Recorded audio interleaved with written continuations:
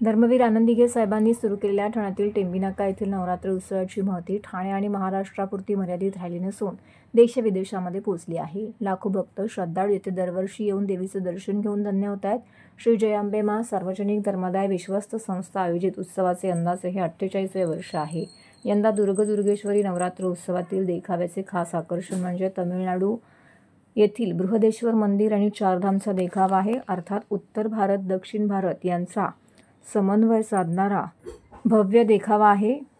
नवरात्र उत्सवास प्रारंभ झाला आणि ठाणे शहराच्या इतिहासातील नव्या अध्यायास प्रारंभ झाला। राजकीय आणि सामाजिक क्षेत्रातील नामवंत व्यक्ती, विविध स्तरातील हितचिंतक एकत्र येऊन या उत्सवाची मुहूर्तमेढ रोवली आहे। सामाजिक एकोपा वृद्धिंगत व्हावा या निमित्ताने भावी तरुण पिढीवरती संस्कार होऊन त्यांच्या विचारांना दिशा मिळावी, त्याचे प्रबोधन व्हावे हा उदात्त हेतू डोळ्यासमोर ठेवून धर्मवीर आनंदीगे साहेबांनी या उत्सवाचा प्रारंभ केला आहे। दररोज या ठिकाणी लांब लांबून भक्त देवीच्या दर्शनाला येतात।